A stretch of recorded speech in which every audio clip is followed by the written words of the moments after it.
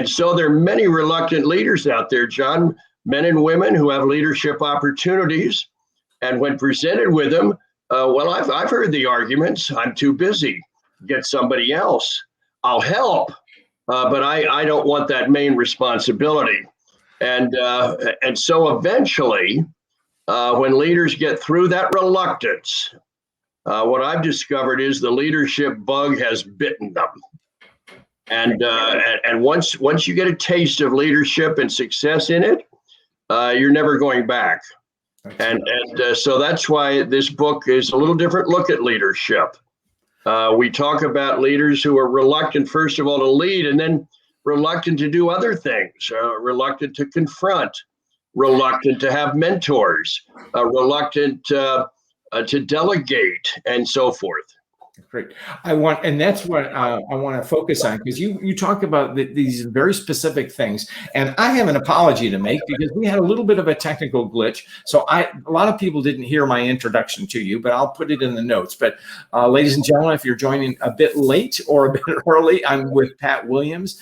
He's an extraordinary author and in the Basketball Hall of Famer because he helped co-found the Orlando Magic. And his newest book is The Reluctant Leader, which we're talking about right now. So my apologies to you, Pat, and we'll jump in. So let's talk about some of the reluctance, as you said. What does it mean to be reluctant, as you explained when you were at Wake Forest, this taking charge? Where does that come from?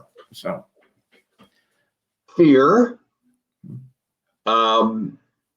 insecurity. I'm not good enough. I could never do this. I'll help, but I don't want that main responsibility. But John, people have got to understand that there's no real pattern here. There's no real training to be a leader. I think primarily it's when an opportunity is presented, and you feel so strongly about it that you step in. It may be. Your kid is playing Little League baseball and the Little League program is all messed up and somebody's going to take charge of it. And so the guy steps up and says, I want my son to be able to play ball. And so I'm going to do what I can to get this straightened out. And he takes over because there was a need there. I think that's the case in many, many situations where something happens, there's a cause. And the leader says, all right, nobody else is going to do this, so I'm going to do it. I just feel compelled to do it.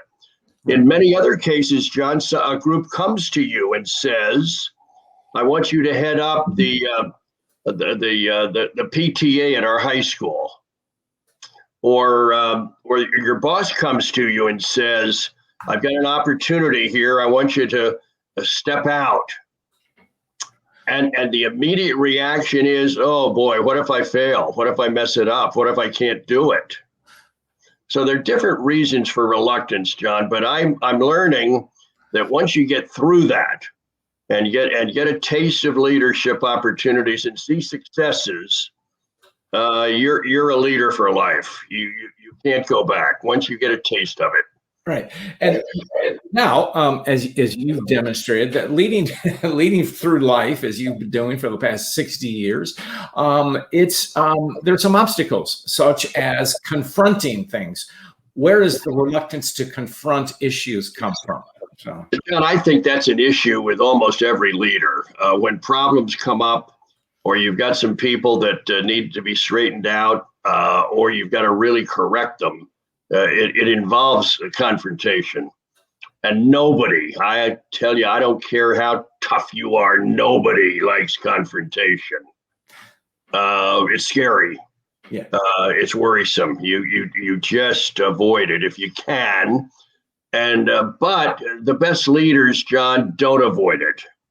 When they see something developing in their organization that needs to be corrected, they understand we cannot delay on this. We've got to confront it. We got to get on it right away, even though it may be unpleasant. And even though I've got a big knot in my stomach, we've got to do it. Uh, Absolutely. And failure to do it sends the wrong signal to the organization, does it not, Pat? John, it does, and it just delays the inevitable. If it just keeps spiraling out there, the next thing you know, you've got a major crisis. So one of the things that great leaders do is they confront problems quickly. What needs to be dealt with eventually needs to be dealt with now. Right. And so I encourage leaders anticipate problems, get on top of them quickly, and then deal with them. And if it involves a person, even a key person in your organization, you can't afford to just let it drift. Yeah. You want to get a cup of water there? It's okay. Oh, okay. No, absolutely. And when you don't do that, people look at you. And then I've heard so many times, I'm sure you have, Pat, through your legacy of management, is when you let go of, let's call it the toxic employee, even if it's a superstar, but is disruptive to the team or the organization, and you finally pull the trigger and let that person go, they say, "What took you so long, boss?" Do you not hear that? So. Great point. And John, that gets to another thing I would say here. Hire very slowly. So and dismiss quickly. Okay, I interviewed you for my book Lead with Purpose, a decade ago, and I remember saying to you, I said, "Okay, Pat, if you're you got a professional team and the team's not doing well," you said to me, "Get new players." so Well, John, let me just expand on that. You can never do enough background checks when you're thinking about bringing somebody aboard. You can never do enough psychological testing. Mm-hmm. You can never have enough people involved in doing the interviewing.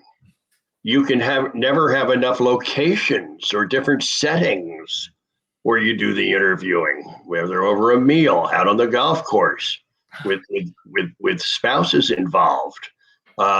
You've got to be very, very, very diligent and not in a rush. Too many organizations, and I've seen it with ours.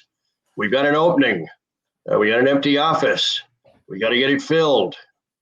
And then, not every time, but in many cases, you'll hear people come to you and say, this person we hired, it's just not working. It's not a good fit. Yeah. And so that leads to that other issue, John. If you've got a problem person who's just not fitting, if you've got a person who is a square side and you're trying to jam it into a round hole in your organization, well, that square side's never going to get into the round hole. It just never will.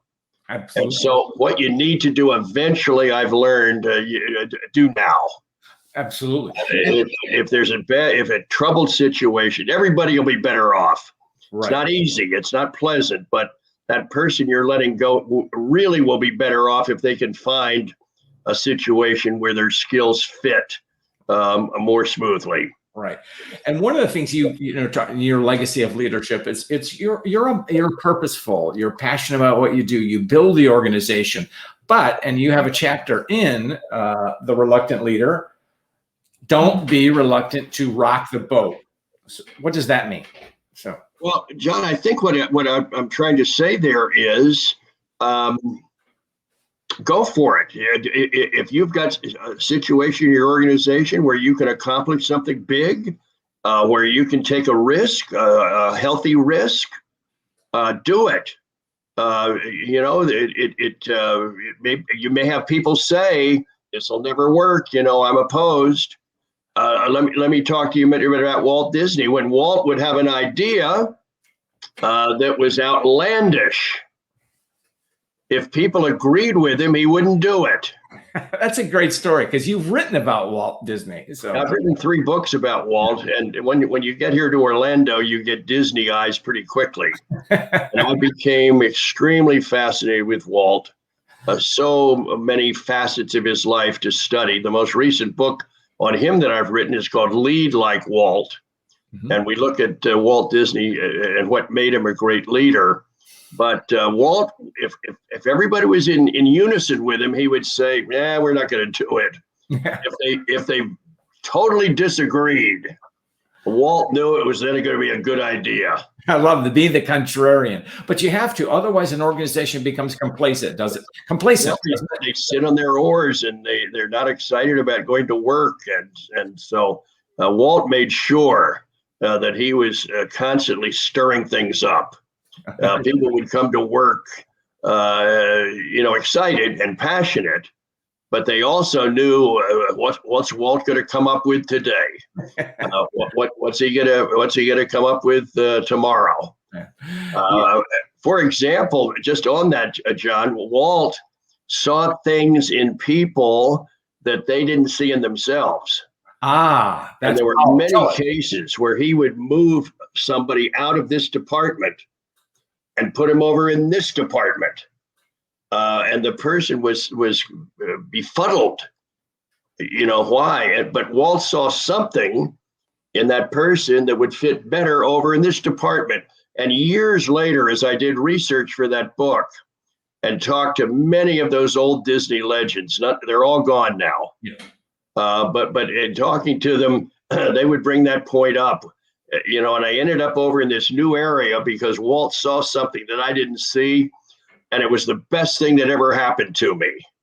I heard that many, many times. Yeah. Isn't that such a powerful thing about leaders, to be able to look within us and say, Pat, I see something in you and I'll create this opportunity. I think that's what leaders do. They open doors for us, do they not? John, they're students of people. The best leaders know their people and they study them carefully. And they have insights into people's makeup. We need to be world leading authorities on those people. We need to have a heart for people and care about and be interested in people. One of the great tributes of the first George Bush, George H.W. Bush, someone once said, he collects people. Yes. That's I think that's a word of praise.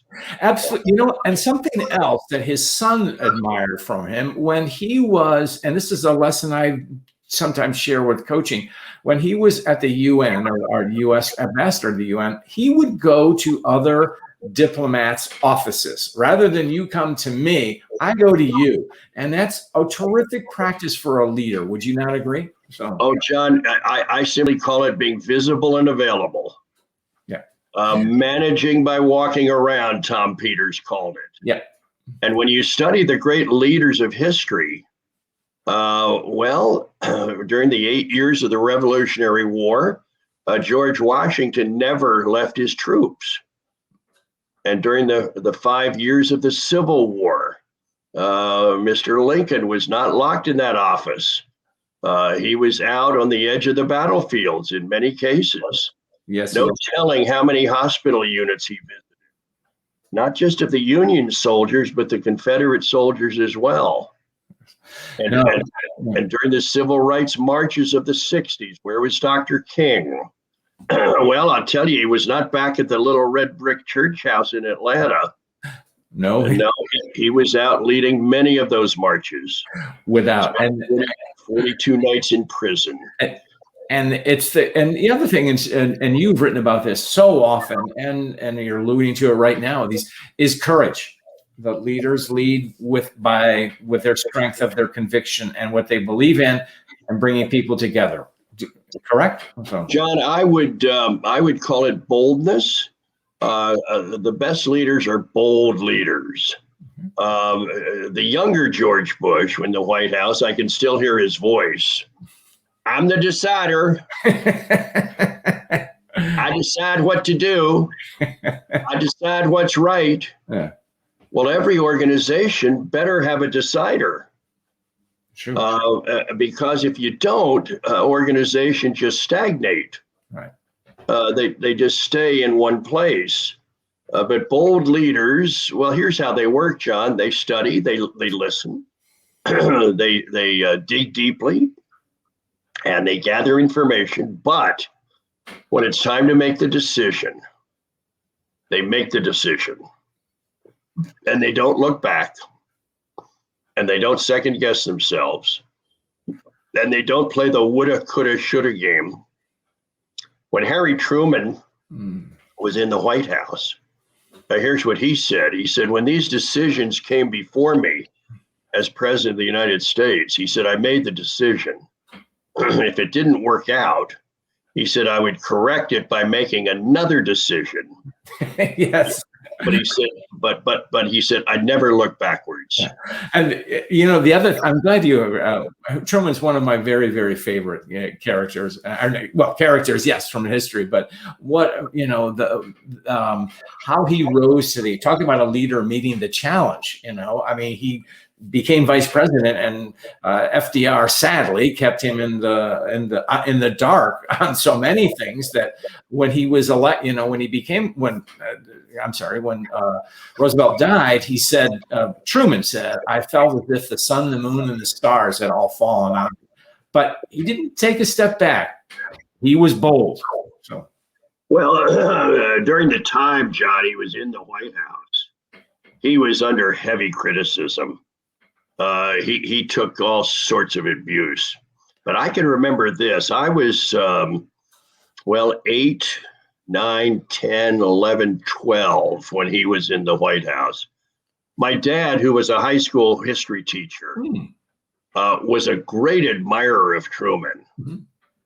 Even though Truman just got criticized left and right. But I can remember my dad saying he will go down as one of our greatest presidents. Really? Wow. That was interesting. A popular view then. That was back when I was 10, 11, 12 years old. Yeah. And as it turns out, that was the case.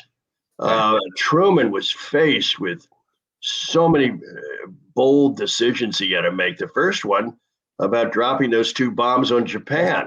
Yes. And then integrating the armed forces.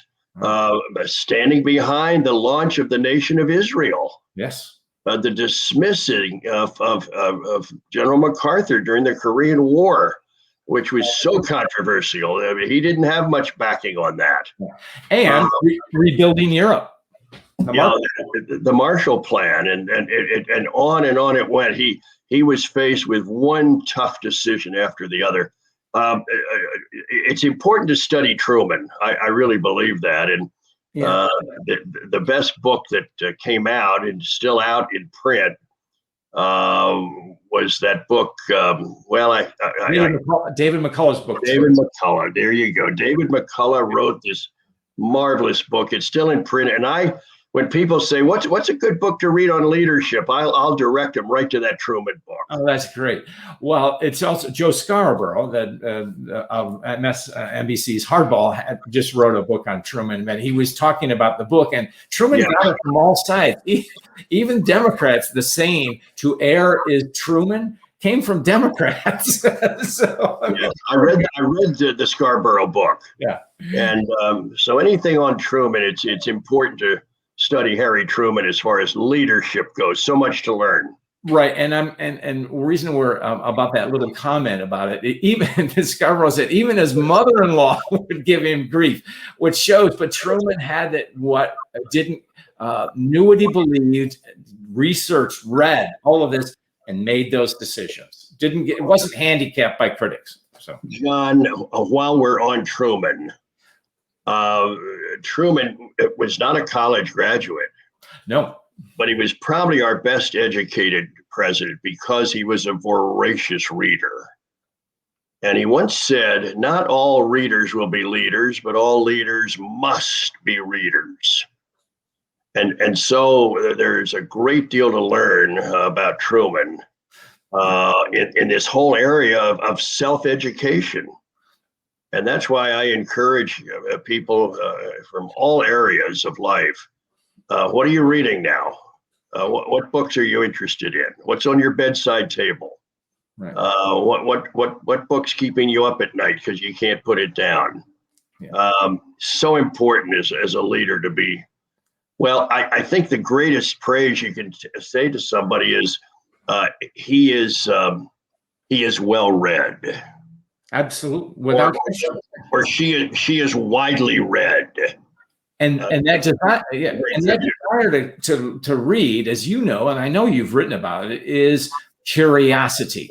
A leader must be curious. So I can't argue with that. And here's the other thing on that topic, John. People say to me, "Well, I don't know what to read," and I say, "What are you interested in? What areas of life do you have interest in?" And that's where you should be reading. And they'll say to me, "Well, what do you read?"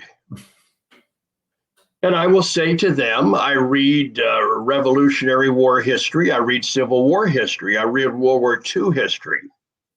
I read presidential biographies. I read leadership books. I read success books. I read baseball history. That's always been my strongest passion. I read basketball and I read football. yeah. Don't read golf. Tennis. I don't read novels. I don't read ancient history. I don't read philosophy. I read in those areas that I have interest. But it's interesting what you just said. I don't read philosophy. I would counter you do, because you're such a student of history that it comes through the history. Would you not agree? So, well, okay, I'll accept that, John. It's so important to have at least one area of history that you're interested in. Right. I have 3 or 4, but it's so important to be knowledgeable about the Civil War period, for example. It's important to be knowledgeable about Abraham Lincoln, who's probably our greatest leader. And books, John, next to Jesus, I think that the second person with the most books out there is Lincoln, and they never stop coming. No, there's always something about Abe and that, and the 3 greatest presidents for me were Washington, who started the country, Lincoln, who held us together, and FDR, who helped save us. But if you had to say just one, it would be Lincoln for me, because of character. So yeah, well, and John, here's something else to think about.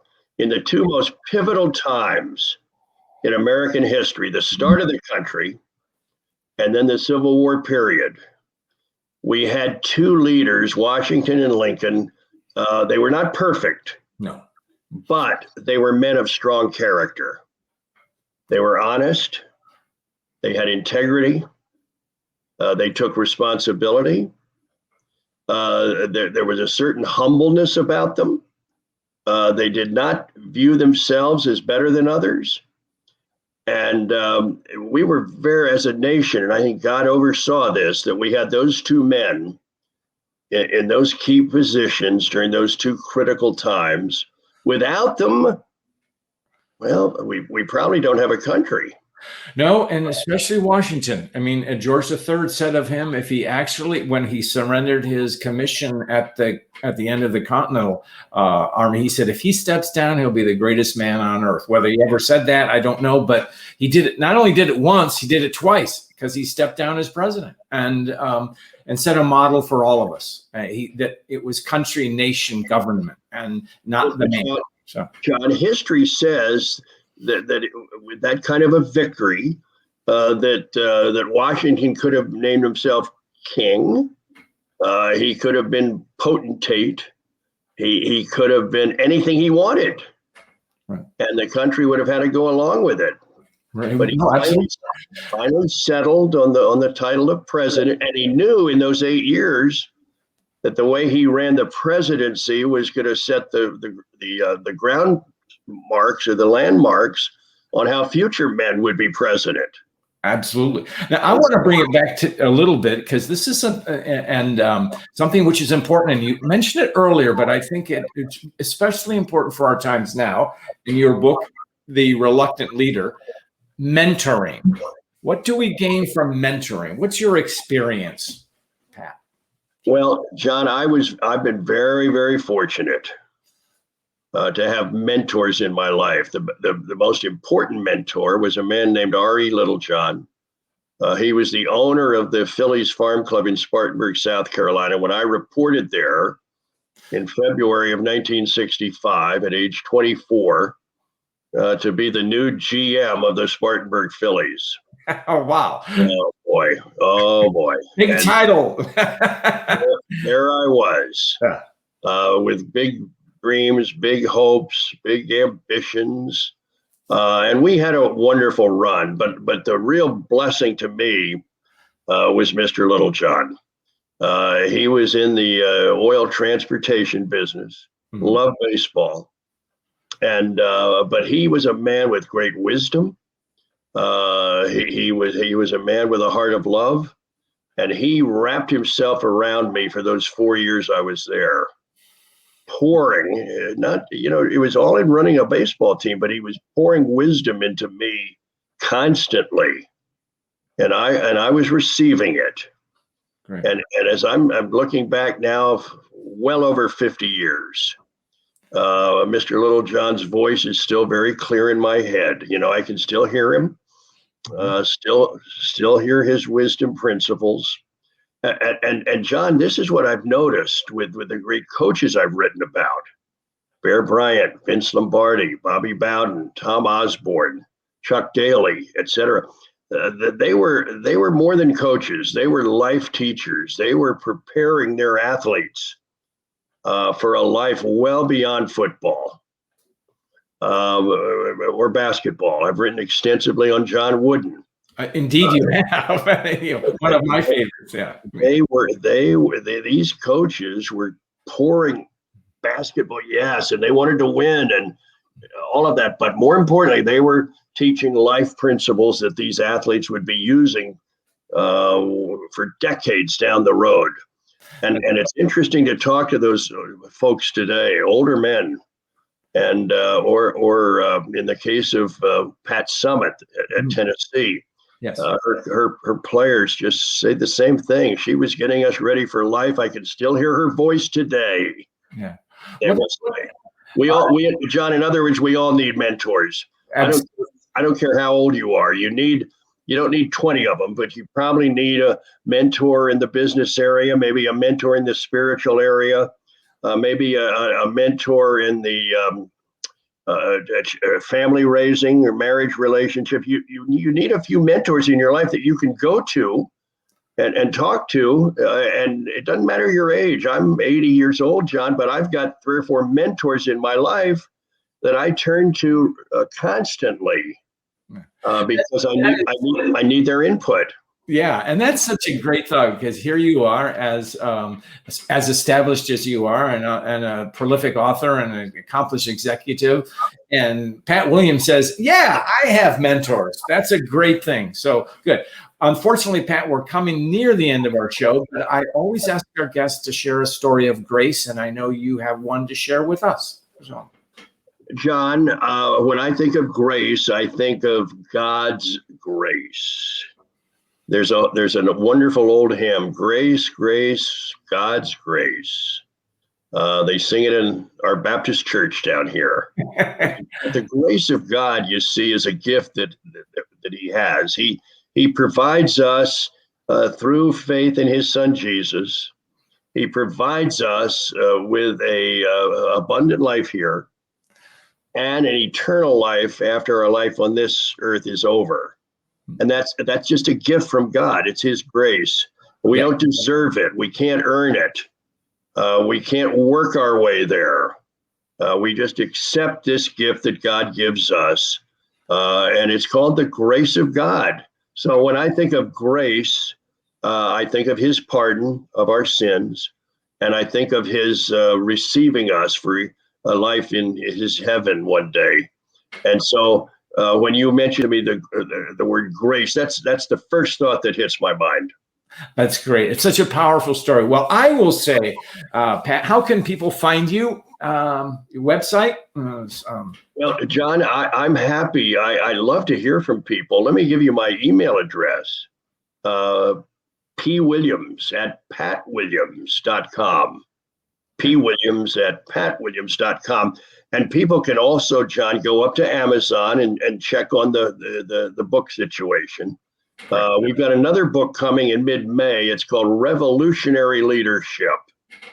And we look at the leaders of the Revolutionary War period, many of them famous, many of them not. But it was their leadership in that revolutionary period, that time of crisis, that allowed the United States to even become a nation. So we've had quite a time putting that book together. It'll be out mid-May, Revolutionary Leadership. Great. Well, Pat, I'm going to put all your contact information in the notes for this, and you have been a great guest. And I will say, Pat, you are a man of grace, and I am honored that you would be on the show, and I'm honored to know you, and thank you for all the good things you have done for me throughout my career. John, great to hook up with you here. I'm a John Baldoni fan. There are a handful of great leadership experts out there. Kouzes and Posner, for example, come to mind. John Maxwell. It's not a long list, and John Baldoni is on that list. So I'm happy we could hook up, John. Wow, thank you for that kind comment. And with that, we're going to go out. Thank you, Pat. Bye bye now.